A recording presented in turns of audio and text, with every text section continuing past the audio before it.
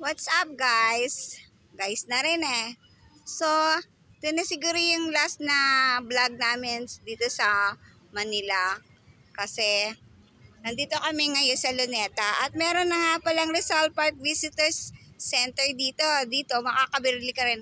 Yung mga katulad ng mga mabibili mo rin sa mga shops sa loob ng mall. And besides, nung panahon pa ng Wow Philippines sa Intramuros, ganito rin ang ginagawa namin. So, meron kaming booth. Nire-represent ko ay booth ng kapatid ko sa Bulacan at sa Bayaw ko na Minasa Nife. So, Minasa is at saka Barquillos. Yun yung mga binibenta namin. Pero, since wala nang Wow Philippines sa Intramuros, ang ganda na at nagkaroon tayo ng Manila Canvas, which is nandito yung center for yung mga shop na ng mga local products from different provinces here in the Philippines. So may coffee shop sila sa loob, and they also have been serving food. Pero hindi na ako pumasok because it's already 6 o'clock at kumakalam na talaga ang sikmura ko. At dahil eto nga si Daniela, ayan, lumabas muna kami dahil bukas ay pupunta kami sa ospital. At dahil marami tayong mga inaasikasang mga papeles at saka mga dapat na iprepara para sa ating paglisan dito sa Maynila. For the meantime lang naman, hindi naman tayo magsasabi na for life na tayo. Habang may buhay, may pag-asa. So, ito yung biyahe namin ni Daniela dito sa Luneta. At tara, let's punta tayo. Actually, before ng pandemic, ng Bagyong Karina, ay narito kami at yan, hindi na ako nakapag-vlog. Marami dito mga stall ng Department of Tourism. At nasabi na nga ni Ate Guard na during the Karina Typhoon Storm, ay nandito pa rin naman sila at nandun sila sa Manila sa Rizal Park Visitor Center nag-i-stay. Halos sa dami ng mga puno dito ay mahangin nung panahon ni Karina at hindi naman, medyo binaha ng araw pala dito sa area to. Medyo mababa kasi at saka sa labas, syempre yung drainage sa labas hindi mo mapipigilan dahil sa kabila nito ay ang Luneta ay mali, yung Ocean Park. At ito na nga yung Philippine Eats Experience na stall ng mga tiga-DOT, Department of Tourism. Nag-start sila dito Thursday, Friday, Saturday hanggang Sunday. Kaya maraming tao. At ngayon pa nga pala ay Wednesday lang. So, oh my gosh. You mean to say it's only Wednesday? Akala ko Friday na tomorrow. Oh my God. Anyways, since nandito na nga kami, dito kami kumain ni Daniela noon at dahil sa overnight yun, nandun sa vlog kong isa na lumayas kami na ni Daniela sa bahay na yon. Nagpunta kami sa Dolomite, nag-overnight kami doon at dahil nga tomorrow is Thursday, nagkamali pala ako. Akala ko Friday na tomorrow kaya medyo ngarag na ang lola niya. May ice cream pala dito. Yan, ang dirty ice cream na tinatawag dito sa Pilipinas. At dahil masarap ang panahon, dahil wala namang ulan, kung kaya mamamasyal muna tayo dito at magpahangin tayo dahil ito na yung pagkakataon nating maipasyal ang ating sarili at si Daniela dahil marami rin namang mga pusa dito. Actually, si Daniela, nung araw na pumunta kami dito ng Sunday, nag-aulan-ulan noon at saka pinilit niyang tumalon-talon sa mga puno na yan. Eh syempre limitado yung kanyang tali dahil nako, ayan ang mga ang mga cats dito. Meron nga rin palang sinasabi sa akin isang kaibigan ko, "Hello, Muning, kung pwede nga lang bako kayo madala para may kasama na si Daniela." But of course, territorial yan yung mga pusa. O katulad niyan, hindi siya pwedeng makihalubili dyan dahil aawayin siya ng mga pusa dito. Daniela, Say hello. Ayan, tago-tago lang siya at baka siya ay mapagalitan, maaway. Pero alam nyo ba yung mga pusa na yan? Yung iba niyan ay may mga lahi. Yung iba niyan ay katulad ng nabanggit nga ni Kuya Boy. Kuya Boy ba yon? Yung isa sa tao dito. Ito pala ang Noli Me Tangere Garden. Ayan. Noli Me Tangere Garden. Mahaba ito at dahil yun ang Luneta monument ni Rizal, ni Jose Rizal. Ayan o. Nakikita nyo ba? Ayan. Ayan ang monumento.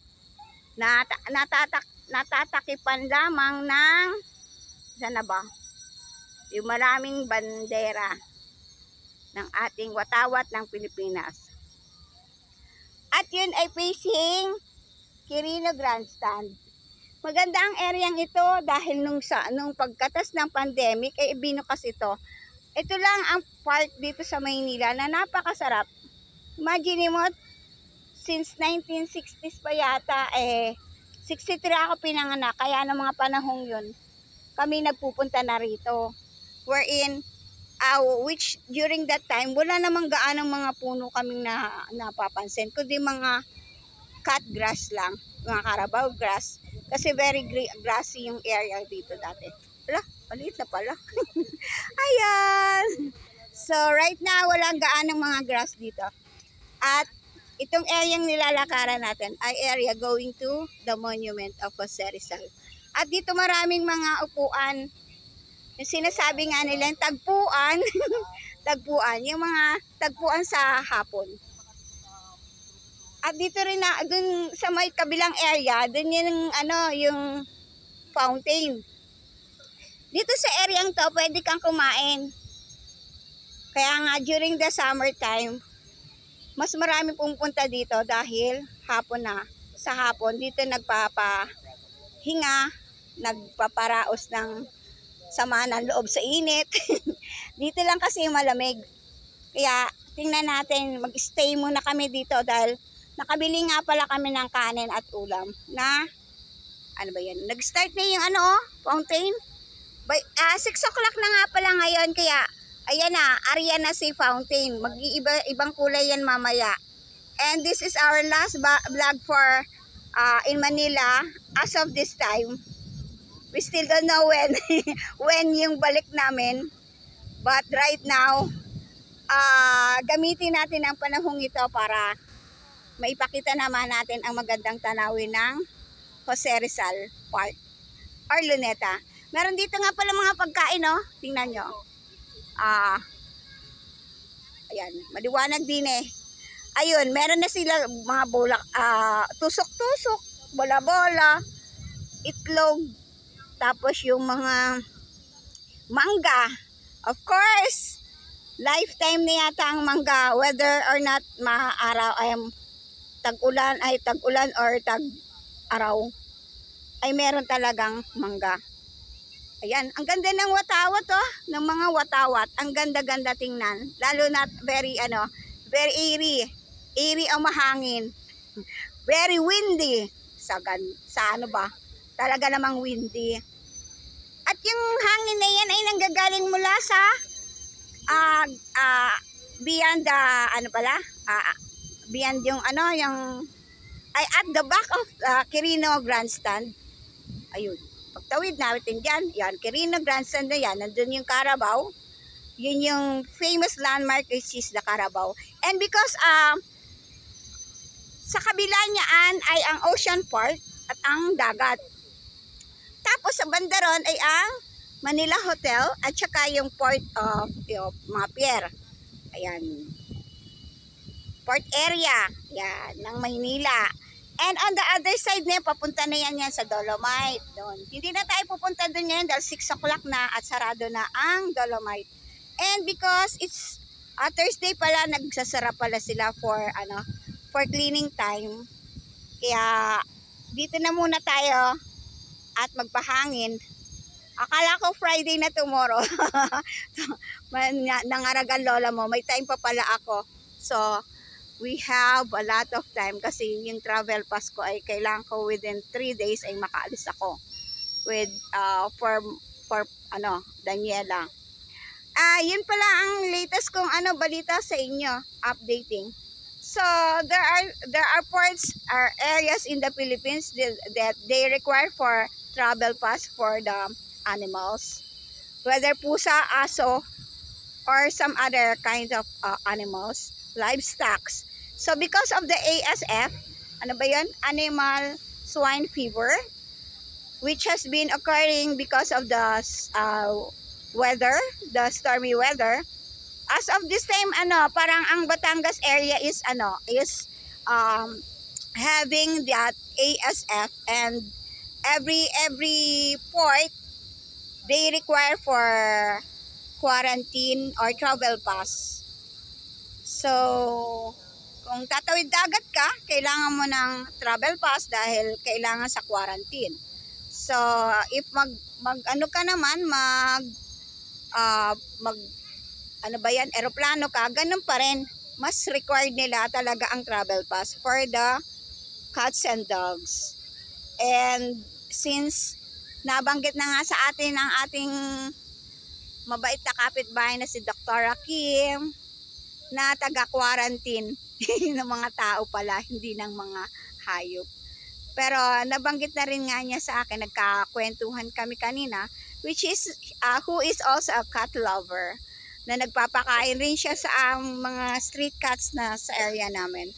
That as of this time, parang napansin niya na wala na halos ng mga cats, mga stray cats sa kapaligiran namin. And because she had not been in the area for 3 months because of her work as a doctor, nagulat siya na walang mga stray cats. Sabi ko nga, doktora, kasi si doktora normally ay talagang pag nandyan ay talagang nagpapakain, at may mga tao rin naman sa bahay na nagpapakain ng mga stray cats. Nagulat siya na wala na yung ibang stray cats. Of course, it's because mayroon daw kumukuha na namang mga sa mga pusa, at doon ay pinapalamon sa kanyang alagang sawa. Panawagan naman po para sa mga cat lovers. Pwede po ba namang ipanawagan nyo sa area ng Don Quixote, Sampaloc, sa area yan, meron tayo mga medical schools. Alam mo na kung ano mga medical schools dyan. Normally, yung iba, hinuhuli nila para ibenta do sa mga veterinary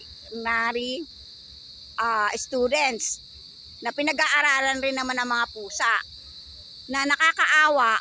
Parang magkaroon naman tayo ng call of conscience natin, na pangalagaan natin ang kapaligiran, especially the animals, the stray dogs and cats, na dapat naman may mga animal protectors rin, at magkaroon ng conscience or concern ang bawat isa sa atin. Yung ang mga street cats na yan, nangangalaga yan sa ating kapaligiran. Wala na halos mga daga sa kalye. And because of the fast food at saka malapit kami sa trabaho market, kung kaya't importante pa rin na pangalagaan natin ang mga stray cats. Doon nga pala ay ang Chinese garden, at sa kabila pa rin ng fountain ay ang Japanese garden. During my other vlogs before, during summer, I had been covering on the Chinese garden.